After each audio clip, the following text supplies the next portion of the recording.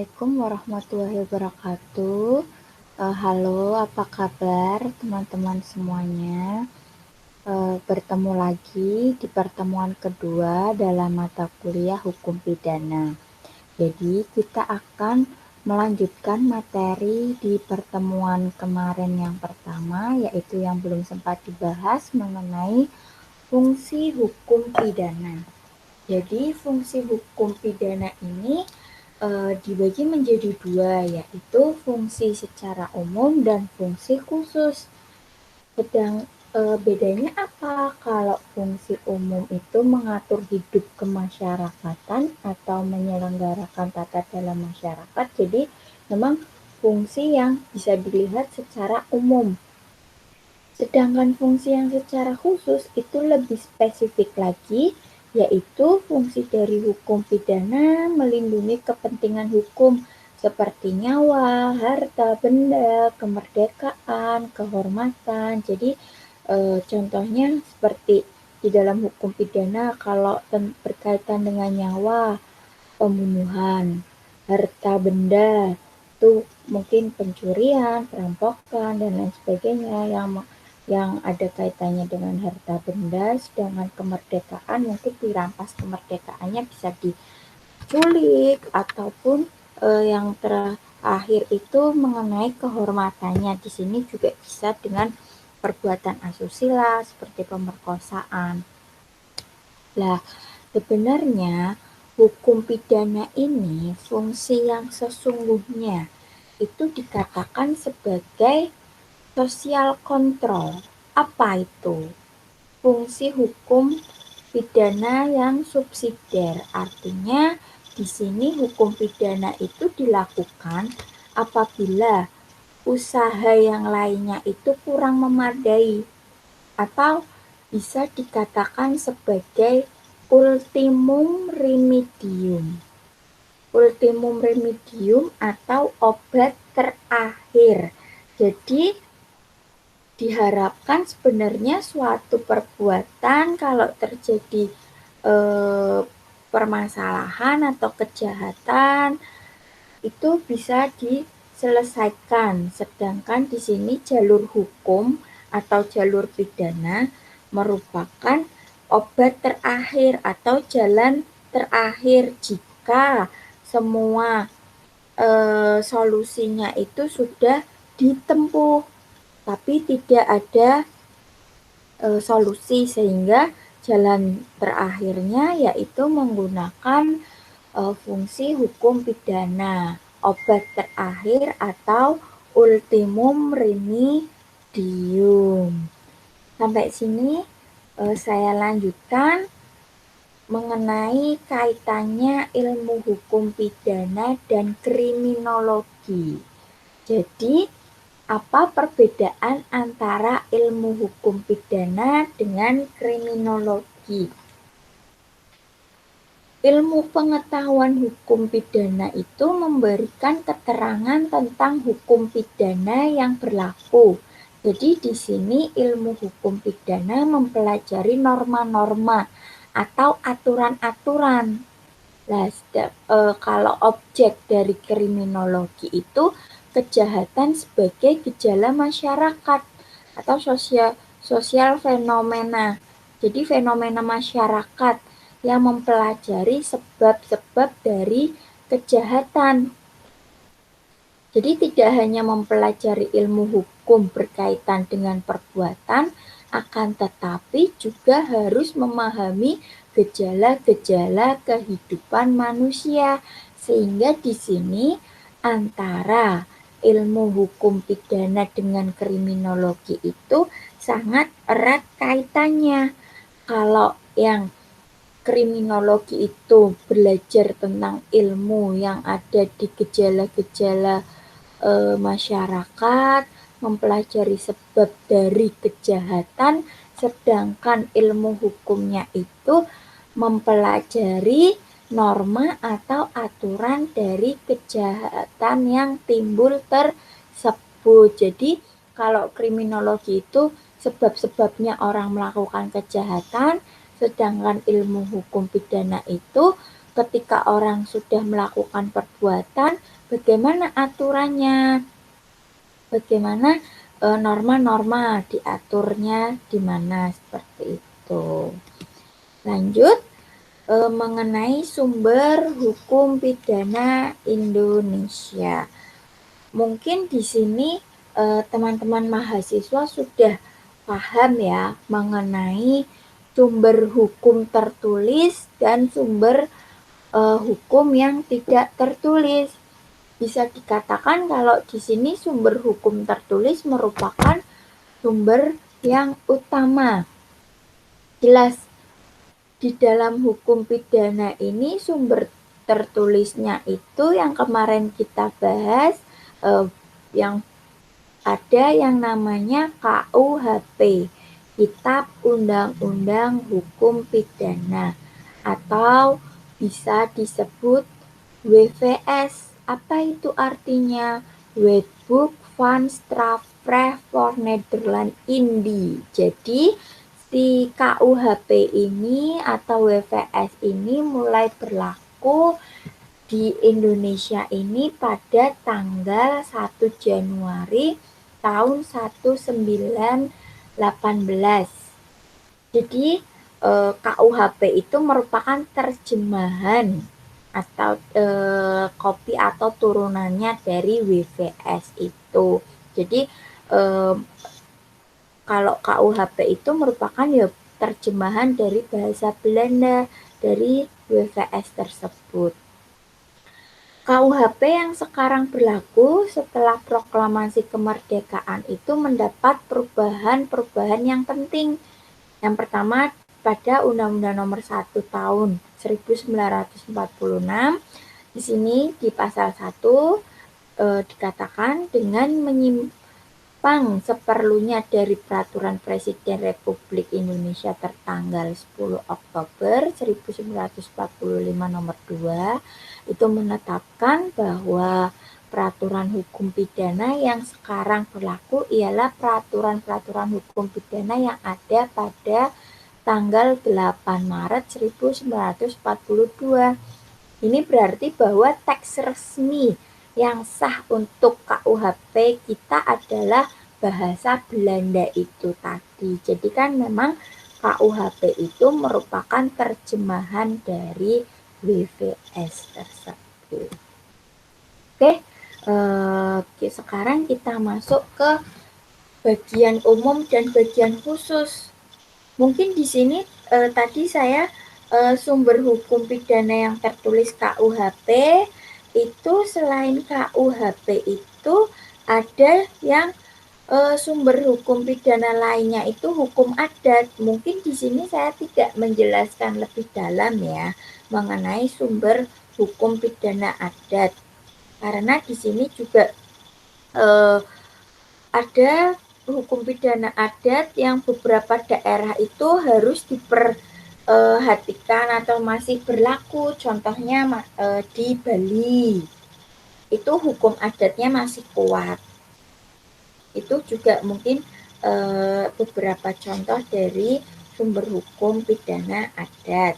Selain hukum pidana adat, itu juga ada yang namanya memori penjelasan, yaitu memori van Toelichting.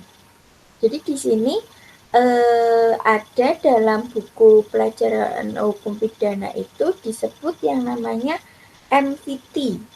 MVT itu lengkapnya itu memori van Toelichting, yang artinya itu memori penjelasan. Jadi MVT ini penjelasan atas KUHP itu, rencana undang-undang pidana yang diserahkan oleh Menteri Kehakiman Belanda dulu bersama dengan rencana undang-undang itu kepada Parlemen Belanda. Sehingga di sini MVT ini adalah seperti penjelasan dari KUHP. Mungkin sampai sini. kita lanjut ke bagian umum dan bagian khusus dalam hukum pidana. Di dalam KUHP atau WVS, di sini ada berapa dibagi menjadi berapa buku. Ada ketentuan-ketentuan hukum pidana bersifat umum yang ada di buku 1 dan ketentuan-ketentuan hukum pidana khusus yang menyebutkan perbuatan mana yang dapat dipidana serta ancaman pidananya ada di buku 2 dan ketiga. Di sini ada substansi dari KUHP yang akan kita pelajari ini di buku 1 itu mengenai asas-asas hukum pidana, sedangkan di buku 2 dan di buku 3 ini mengenai tindak pidana, di mana di dalam buku 1 itu mengenai kejahatan, sedangkan di buku 3 itu tentang pelanggaran. Mungkin di sini teman-teman mahasiswa sambil mendengarkan kuliah saya bisa juga dilihat KUHP-nya. Coba di buku 1 mengatur tentang ketentuan umum, asas-asas hukum pidana, di situ bisa dilihat apa saja. Terus di dalam buku 2 dan 3 juga bisa dilihat buku 2 itu sampai mana, buku 3 itu sampai mana, bisa dibandingkan mana yang disebut kejahatan, mana yang disebut sebagai pelanggaran. Oke, next. Di sini kemarin juga sudah disinggung sedikit mengenai pembagian hukum pidana material. Di dalam hukum pidana material, di sini hukum pidana material dalam arti sempit dan hukum pidana material dalam arti luas. Kalau hukum pidana material dalam arti sempit ini tindak pidana atau bisa disebut dengan delik dalam yang ada di dalam KUHP. Sedangkan yang dalam arti luas itu tindak pidana yang berada di luar KUHP. Nanti akan dipelajari bagaimana caranya. Ada di pasal jembatan, pasal 103 di dalam KUHP, mungkin itu nanti bisa ditandai yang akan kita bahas lebih dalam lagi di subbab selanjutnya. Nah, kita sekarang coba fokus ke hukum pidana material dalam arti sempit di sini, delik yang ada di dalam tindak pidana KUHP itu ada di buku 1. Nah, ini ketentuan umum itu diatur dari pasal 1 sampai pasal 103 yang saya sebutkan tadi. Salah satunya itu pasal 103 yang pasal jembatan. Itu artinya apa? Yang nanti akan menjembatani peraturan-peraturan atau yang tidak ada di dalam KUHP atau yang ada di luar KUHP. Sedangkan buku 2 itu tentang kejahatan ada di pasal 104 sampai pasal 488. Buku 3 itu ada di pasal 489 sampai pasal 569. Next, pembagian hukum pidana formil. Hukum pidana formil atau hukum acara. Kemarin juga sudah sedikit disinggung ya. Hukum dimana kalau hukum acara ini dia lebih terfokus pada tata cara beracaranya, bukan mengenai aturan hukumnya, norma-normanya. Kalau hukum pidana material, hukum pidana yang sekarang kita bahas ini ya secara aturannya, norma-normanya. Hukum acara dalam arti sempit, di sini ada kitab undang-undang hukum acara pidana atau bisa disingkat KUHP, KUHP, Kitab Undang-Undang Acara Pidana. Terus di sini hukum acara dalam arti luas, keseluruhan peraturan perundang-undangan terkait dengan hukum acara pidana. Seperti kepolisian, kejaksaan, kehakiman, peradilan umum, dan lainnya, yaitu yang berkaitan dengan penegak hukum, di mana di sini penegak hukum ini kan dia yang berproses dalam rangkaian hukum acara pidana dari mulai kepolisian, kejaksaan, sampai ke peradilan, mungkin sampai ke penjatuhan pidananya. Oke, lanjut. Di sini kita langsung ke masalah di dalam Kitab Undang-Undang Hukum Pidana yang ada di pasal 1 ayat 1. Sambil dibuka KUHP-nya, di sini berbicara mengenai berlakunya undang-undang pidana menurut waktu asas nullum delictum. Di sini ada yang disebut sebagai asas legalitas. Nullum delictum nulla puna sine previa legi punali. Apa sih artinya? Ya, coba dilihat pasal satunya. Di sini merupakan asas yang paling penting di dalam hukum pidana. Pasal 1 ini berbunyi, tiada suatu perbuatan dapat dipidana kecuali atas kekuatan aturan pidana dalam perundang-undangan yang telah ada sebelum perbuatan dilakukan. Ada yang mengerti artinya di sini? Jadi, artinya yaitu suatu tindak pidana itu harus dirumuskan atau disebutkan dalam peraturan perundang-undangan terlebih dahulu sebelum adanya perbuatan pidana. Lah, di sini peraturan undang-undang ini harus ada sebelum terjadinya tindak pidana. Gampangnya di sini berarti suatu kejadian, misalnya suatu kejadian atau suatu perbuatan jika tidak ada aturan yang mengaturnya itu tidak bisa dijerat pidana karena tidak ada aturannya, belum ada aturannya sehingga dia lolos dari jeratan pidana karena belum diatur di dalam undang-undang. Contohnya apa? Semisal zaman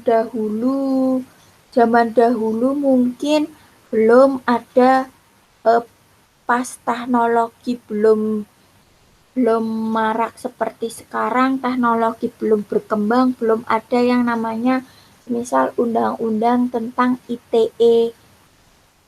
Lah, belum ada undang-undang ITE, bagaimana kalau orang melanggar kejahatan ITE? Mungkin saat ini bisa dijerat pidana karena sudah ada undang-undangnya, tetapi ketika belum ada undang-undang ITE, orang yang melakukan kejahatan tersebut belum bisa dijerat dengan pasal karena tidak ada dasar hukumnya. Jelas ya? Nah ini, berlakunya undang-undang pidana menurut waktu asas nullum delictum ini tadi sudah dijelaskan juga. Berarti kan tiada suatu perbuatan itu yang boleh dihukum melainkan atas kekuatan ketentuan pidana dalam undang-undang yang ada terlebih dahulu dari perbuatan. Jadi nggak bisa kita kalau menjerat atau mempidana seseorang jika tidak ada aturan yang diatur, sehingga harus ada aturannya dulu baru boleh, maksudnya ada perbuatannya baru perbuatan tersebut bisa dipertanggungjawabkan atau bisa dipidana. Kalau tidak ada ya tidak bisa dipidana.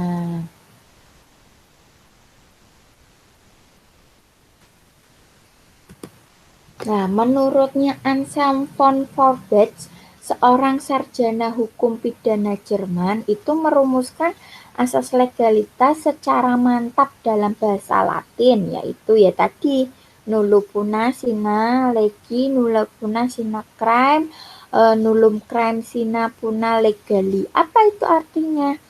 Tidak ada pidana tanpa ketentuan pidana menurut undang-undang. Tidak ada pidana tanpa perbuatan pidana. Tidak ada perbuatan pidana tanpa pidana menurut undang-undang.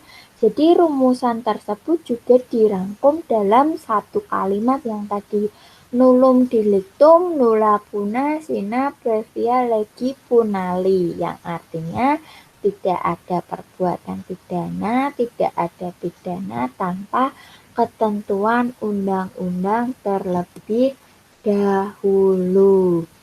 Sehingga kesimpulan asas legalitas dalam pasal 1 ayat 1 KUHP itu mengandung 3 pokok pengertian. Yang pertama, tidak ada suatu perbuatan yang dapat dipidana atau dihukum apabila perbuatan tersebut tidak diatur dalam suatu peraturan perundang-undangan sebelumnya atau terlebih dahulu. Jadi harus ada aturan yang mengaturnya sebelum orang tersebut melakukan perbuatan. Dan yang kedua, untuk menentukan adanya peristiwa pidana atau delik atau tindak pidana tidak boleh menggunakan analogi. Apa itu analogi? Dan yang ketiga, peraturan-peraturan hukum pidana atau perundang-undangan itu tidak boleh berlaku surut atau retroaktif. Untuk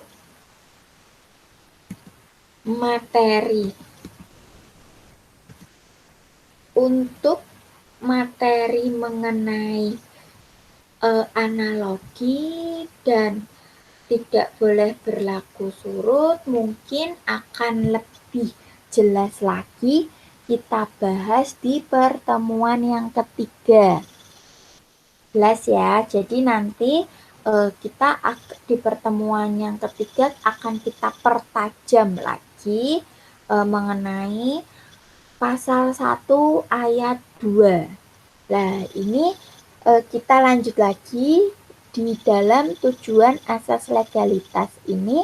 Menurut Muladi, asas legalitas itu diadakan bukan karena tanpa alasan tertentu, tetapi asas legalitas ini diadakan bertujuan untuk yang pertama memperkuat adanya kepastian hukum karena bisa sebagai kayak dasar hukum ya, menciptakan keadilan dan kejujuran bagi terdakwa. Yang ketiga, mengefektifkan deterrent function dari sanksi pidana. Yang keempat itu mencegah penyalahgunaan kekuasaan. Biar nggak semenang-menang. Masa nggak ada aturannya dihukum berdasarkan apa itu? Kan seperti itu. Dan yang terakhir itu memperkokoh penerapan the rule of law. Nah, di sini mengenai asas legalitas itu yang mempunyai pengecualian itu yang nantinya akan dibahas lebih khusus di pertemuan ketiga yang membahas di pasal 1 ayat 2. Mungkin bisa sambil dilihat, bisa ditandai di pasal 1 ayat 2 yang berbunyi apa. Kita dibuka KUHP-nya. Pasal 1 ayat 2.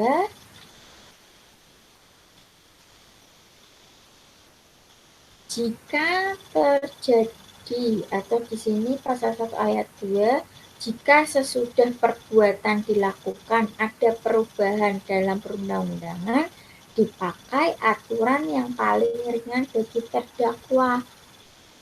Nah, di sini nanti kita akan gunakan bagaimana mengenai